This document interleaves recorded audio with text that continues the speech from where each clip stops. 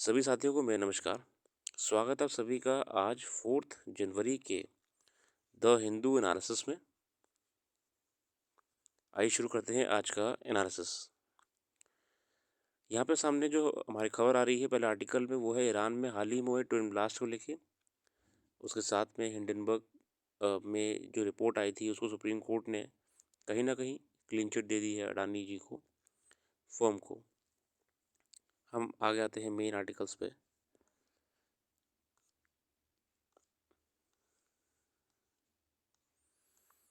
IT search is a form of extra constitutional power. इस article में basically क्या कर रखा है, इस आर्टिकल में जो इनकम टैक्स अथॉरिटीज़ द्वारा सर्च करी जाती है उसको कहीं ना कहीं इन्होंने प्राइवेसी या फिर एक सिविल राइट जो होती है उसका उल्लंघन माना है।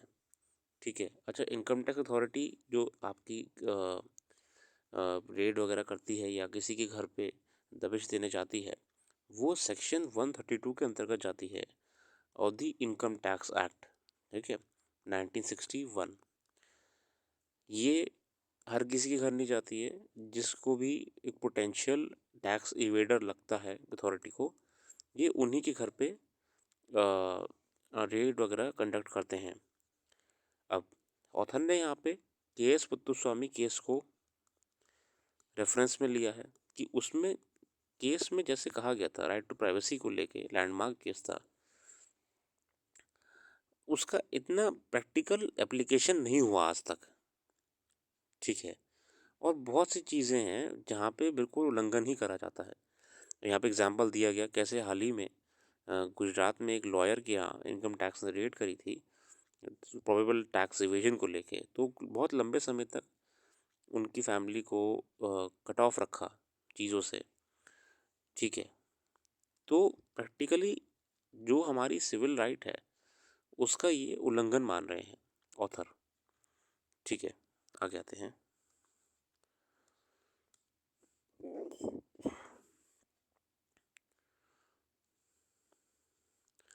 अच्छा, ओरिजिनली जो इंडियन इनकम टैक्स एक्ट 1922 में आया था उसमें हम देखें तो कोई भी सर्च और सीजर की बात नहीं करी गई थी। ठीक है। वो थी भी तो कोर्ट के परमिशन के बाद लेने को करने के लिए थी अलाउड आपकी। ठीक है। पर आगे जाके धीरे धीरे जो है ये नियम बदले भी। ठीक है, आगे आते हैं।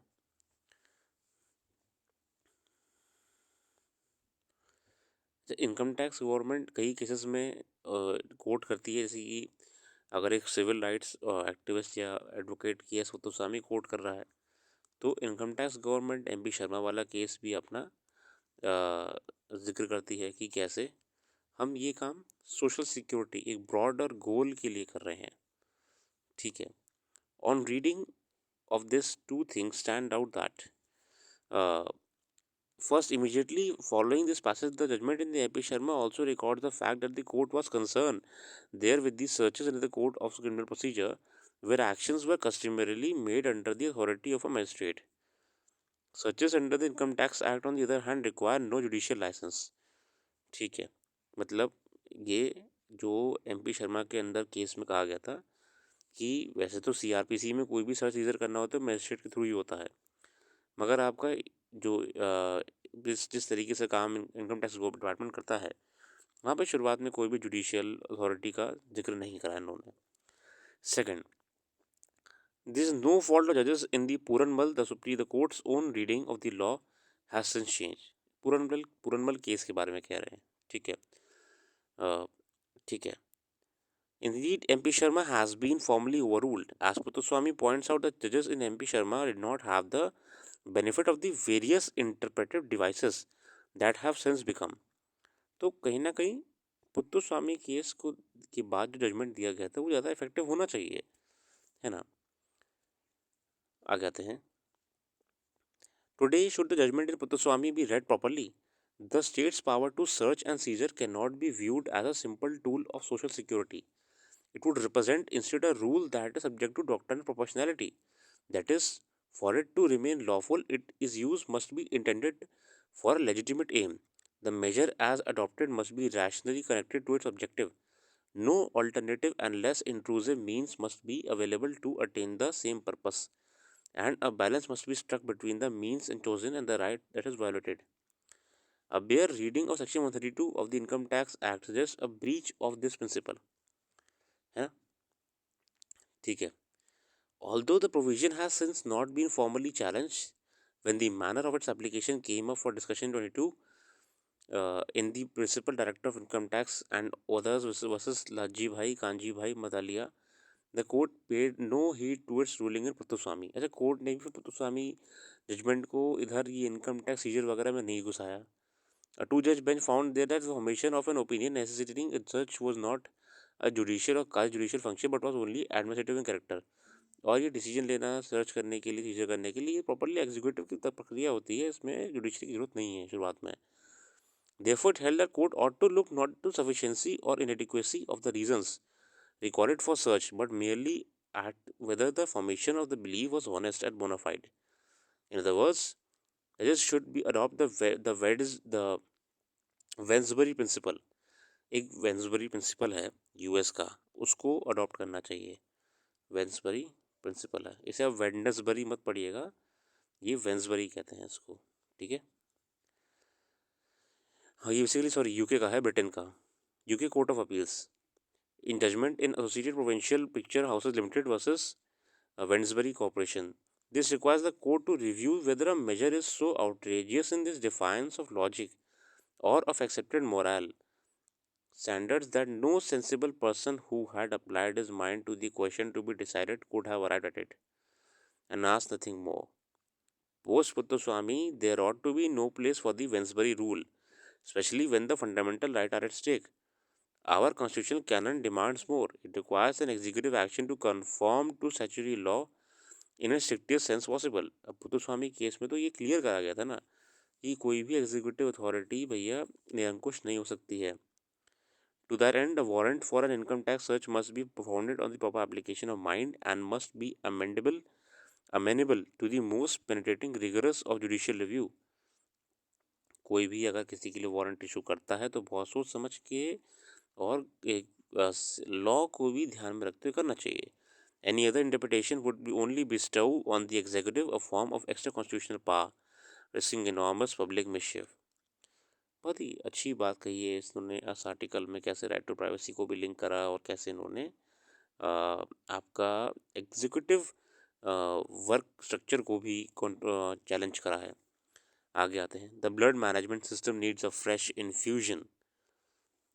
बेसिकली जो ब्लड की शॉर्टेज होती है वगैरह उसके लिए. The pandemic magnified the inequalities in public health across globe. हम जानते हैं कि पेंडेमिक में क्या हुआ था, जो पब्लिक हेल्थ इंफ्रास्ट्रक्चर है, हॉस्पिटल्स हैं, मेडिसिन सप्लाईज हैं, ये कहीं ना कहीं इनकी असलियत दिख गई थी हमें कि तुरंत एमरजेंसीज में थोड़ा सा चरमरा गई स्थितियाँ थोड़ी बहुत. यूरोप में तो खासकर हो गई थी, इंडिया में इतनी नहीं हुई थी. मतलब हुई थी मगर इतनी स्केल पे. ये तो रियलाइज़ हो गया था कि हेल्थ इंफ्रास्ट्रक्चर को हमें अच्छे से मेंटेन करना पड़ेगा. Blood and its various products play a crucial role in the number of medical scenarios which includes scheduled surgeries, emergency procedures. हम जानते हैं ब्लड की जरूरत तो भैया हर चीज़ में है, यहाँ पे हॉस्पिटल्स में, सर्जरीज वगैरह में भी, एक्सीडेंट केसेस में भी, एक्सेट्रा एक्सेट्रा में. This underscores the irrepressible significance in upholding the patient health across the spectrum of healthcare needs. A recent WHO report brought attention to the global disparities in blood collection. For example, despite having 14% of the global population, countries in the WHO African region could only collect 5% of the global donations.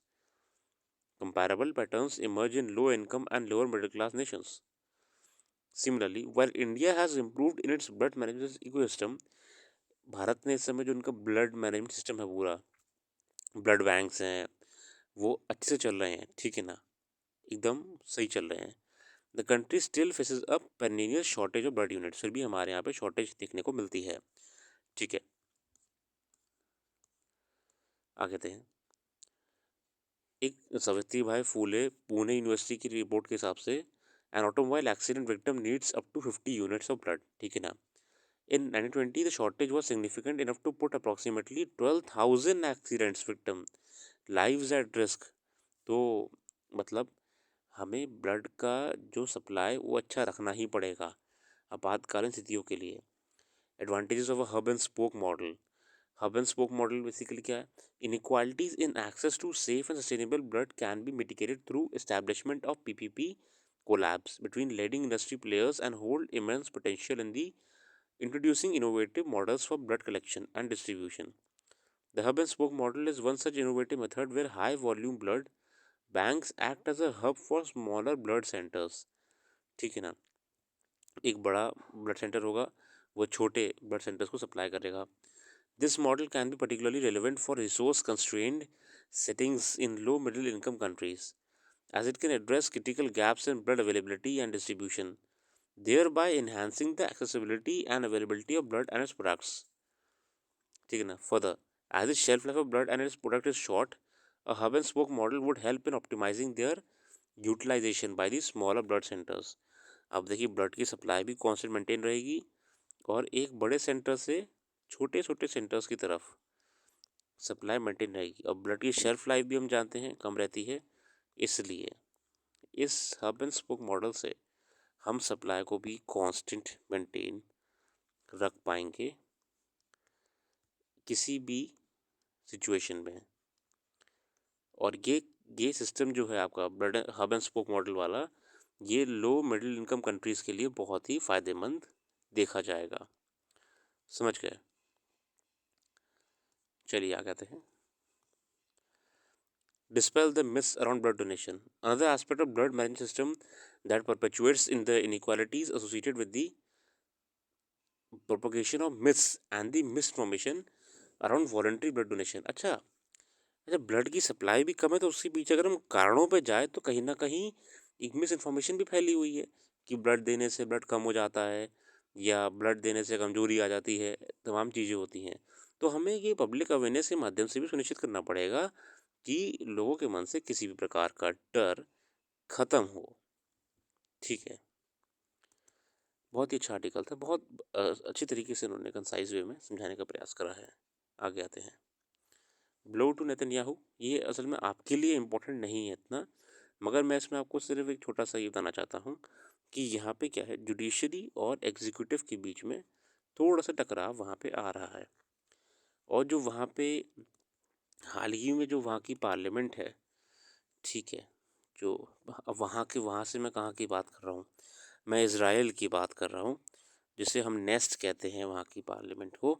अभी हाल ही में क्या करा था, judicially जो आपके हैं वहाँ पे चीफ जस्टिस वगैरह, उनकी पावर को थोड़ा कम कर दिया था. क्योंकि यहाँ पे इन लोग का कहना ये है कि भैया जनता ने इलेक्ट करा है ना पार्लियामेंट में, तो पार्लियामेंट में जो लीडिंग पार्टी का हेड है उसकी ताकत ज़्यादा होनी चाहिए, ना कि जुडिशियल हेड की. ठीक है, इसलिए नेस्ट ने तो थोड़ी पावर चेंज करी थी, कम नहीं कर दी थी आपकी. अब जो वहाँ का जुडिशियल सिस्टम है वो इसके बिल्कुल विरोध में आ गया है कि वहाँ पे जो वो लोग कोट कर रहे हैं बात को कि जुडिशरी हमेशा पार्लियामेंट से या एग्जीक्यूटिव से ऊपर रहनी चाहिए, तभी सवाल जवाब हो पाएगा, तभी अकाउंटेबिलिटी बन पाएगी. तो बस आप ये समझ लो कि जो हमारे पिलर्स ऑफ डेमोक्रेसी होते हैं या पिलर्स ऑफ अ गवर्नमेंट होते हैं, यहाँ पे उनके बीच में फ़ाइट चल रही है. तो आप इस टॉपिक को ही समझने का प्रयास करना, ना कि आप इज़राइल में घुस जाओ जाके. आप ये पढ़ना कि what is separation of power, separation of power को लेके किसने थ्योरी दी है, क्या होता है सेपरेशन ऑफ पावर, क्यों होना चाहिए. आप एक ब्रॉड माइंड से सोचने का प्रयास करो कि क्यों ज़रूरी है, तभी तो आप मेंस वगैरह में आंसर लिख पाओगे, ऐसे में आंसर लिख पाओगे. आपको इज़राइल जाने की ज़रूरत नहीं है, आप ऐसा नहीं काम कर लो, काफ़ी है. आगे आते हैं.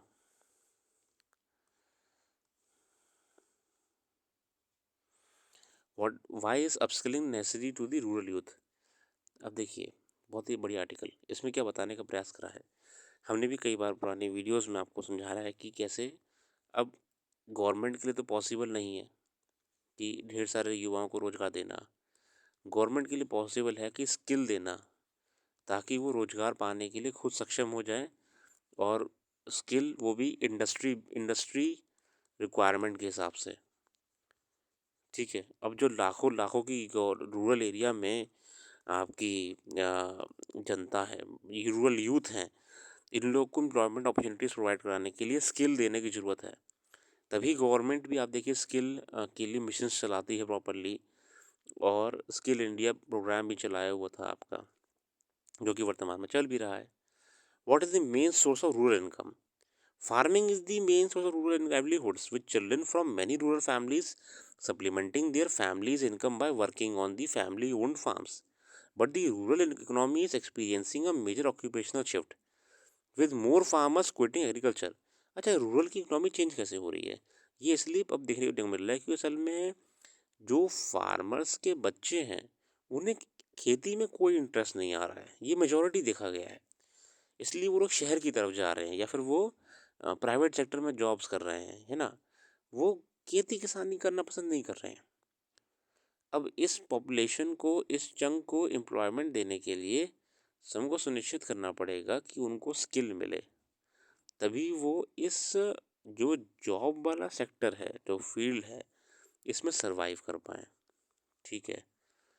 National Sample Survey Office recorded that 34 million farmers leaving their farms and transitioning to other sectors. अच्छा, मैं कोशिश इसलिए करना चाहता हूँ कि ज़्यादातर केस में फार्मर्स की जो अगली जनरेशन है वो इंटरेस्टेड नहीं है फार्मिंग में, मगर वर्तमान केस में कुछ फार्मर्स भी एग्रीकल्चर फार्मिंग छोड़ रहे हैं, है ना। ठीक है। How can migration be controlled? To control the migration of these youth to urban areas in search of meaningful employment, it becomes imperative to provide vocational training to students. मतलब ये skill दे दीजिए आप उनको ना, ताकि अगर कोई काम वो वहीं वहाँ पे भी कर सके तो कर लें। ठीक है। Delhi government started the skills on wheel initiative must be brought to student at doorstep. ठीक है। What is the current vocational education opportunity? The current vocational educational landscape in rural India is interspersed with the industrial training institutes to upskill the rural populations, but with little to no placement opportunities. Presently, rural education is scarcely focused on skill development. देखिए, अभी इस समय क्या हो रहा है, जो वर्तमान में शिक्षा प्रोवाइड कराई जा रही है वो स्किल्ड ओरिएंटेड नहीं है इतना। ठीक है। तो हमको यहाँ पे उनको स्किल देनी पड़ेगी, और ये बेटर होगा कि एजुकेशन स्किल ओरिएंटेड हो। तो अगर इकोनॉमी ट्रांजिशन हो रही है, रूरल इकोनॉमी, तो इसमें कोई गलत बात नहीं है, इसको हमें फैसिलिटेट करना चाहिए। क्योंकि देखिए, चेंज तो हर नेशन के लिए हमेशा होता रहा है, और चेंज जो है वो आपका पॉजिटिव होता है, क्योंकि वर्तमान समय के हिसाब से ही लोग परिवर्तन करना प्रयास पसंद करते हैं। ठीक है, आगे देखते हैं। Effective rural education should be tailored such that technical as well as life skill needed to empower youth in these areas become accessible to them through formal education. There are many ways this could be done, as educational evidence from other developing economies suggests, such as Mexico's tele schools and Bhutan's well-being infused curriculum. मतलब भूटान में happiness और wellbeing पे ध्यान दिया जाता है। Mexico में तो टेली स्कूल शुरू करें। टेली स्कूल्स क्या होता है? टेली स्कूल बेसिकली वो स्कूल होते हैं जो आपके, ये आपको क्या कहते हैं, ई ई फॉर्मेट में चलते हैं, है ना। सैटेलाइट बेस्ड टीचिंग, है ना, टीवी स्क्रीन्स पे, है ना, दूर दूर के क्षेत्रों में पहुंच जाते हैं वीडियो कॉन्फ्रेंसिंग के माध्यम से। ठीक है।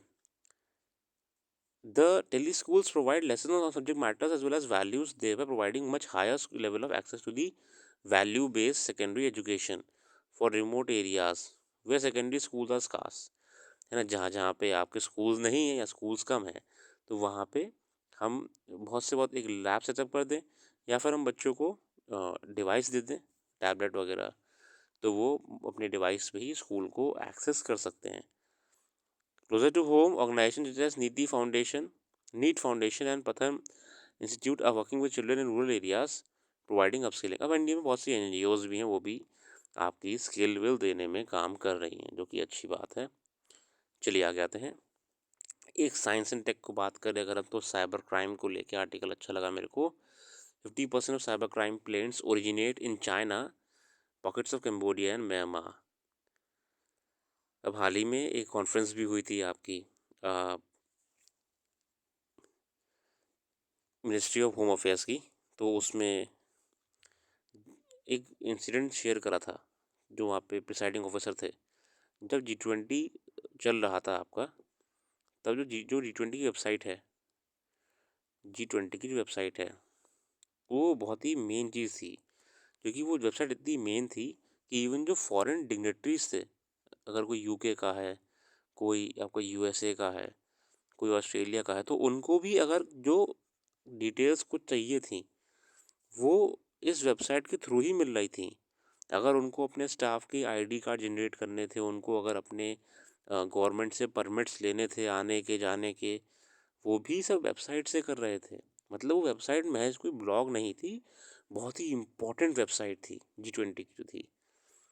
इवन जो इंडिया में गवर्नमेंट के ऑफिसर्स थे, उनको G20 को लेके कोई भी अपने क्या कहते हैं आईडी कार्ड्स रिन्यू करने थे या परमिट्स को एक्सेस करना था, है ना, वो सब यहीं से होता था। तो अभी MHA की प्रेस कॉन्फ्रेंस में बताया गया, G20 की आपकी मीटिंग हो रही थी, एक दिन में पता नहीं हर मिनट बोल रहे थे 16 लाख साइबर अटैक उस वेबसाइट पे हुए हैं। हर मिनट, एवरी मिनट 16 लाख। और जो हमारी काउंटर इमरजेंसी रिस्पांस टीम है, CERT है इंडिया की, उन्होंने और इंटर सर्विसेज अथॉरिटीज़ ने मिलकर इसको रोका। तो ये सब जो ओरिजिन भी कहीं ना कहीं डिस्क्लोज हुआ, तो पता लग रहा था कि चाइना बेस्ड हैकर्स इसमें इन्वॉल्व थे, जो कि हमारे सामने भी ये क्लियर हो चुका है। ठीक है, around 5,000 complaints are filed every day. Our estimate is that around 40 to 50% originate outside the country. When I say outside the country, that you mean mention not the nation state but the gangs that are operating from these countries. देखिए, अगर हम यहाँ पे बोल रहे हैं कि China से हो रहा है, या हम बोल रहे हैं कि म्यांमार से हो रहा है, तो यहाँ पे हम किसी नेशन स्टेट को नहीं कह रहे हैं। ठीक है, कितनी अच्छे से इन्होंने शब्द को घुमाया है। हम किसी भी नेशन स्टेट को नहीं कह रहे हैं, हम जो वहाँ पे साइबर हैकर्स काम कर रहे हैं उनको कह रहे हैं। ठीक है, जो गैंग्स रन हो रही हैं इनके बारे में कह रहे हैं। तो ये अच्छा आर्टिकल है, और हैकिंग को लेके, साइबर क्राइम को लेके ज़रूरी है। ये देखिए यहाँ पे आप पढ़ेंगे, G20 website saw 16 lakh cyber attacks per minute. During the G20 summit in 23, official website of conference was saw 16 lakh, देखिए मेरे को पता है 16 लाख साइबर अटैक्स हुए थे उस पर, और it was a distributed DDoS attack and we cannot pinpoint the origin as of now. The investigation will take time. The attack could have been launched from anywhere. The servers masked and shown to be present even in India. अब basically हम जानते हैं कि हालांकि ये कुछ informal groups के माध्यम से पता लगा था कि चाइना बेस्ड हैकर इसमें ज़्यादा इन्वॉल्व थे।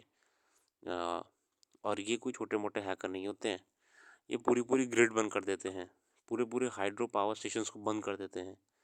दे आर वेरी पावरफुल हैकर्स। चलिए आगे आते हैं। 55% of patients given antibiotics only as a preventive measure, says survey. ये कुछ खास नहीं है, you can just skip it, okay. बाकी अगर आप लोग कुछ आर्टिकल अच्छा लगता है, then you should study it. ठीक है ना, आपको बिल्कुल उसका अध्ययन करना चाहिए, उसके लिए कोई भी मनाही नहीं है। बाकी आशा करते रखते हैं। अपना कीमती समय देने के लिए बहुत बहुत धन्यवाद। Thanks for giving your precious time and have a very nice day ahead.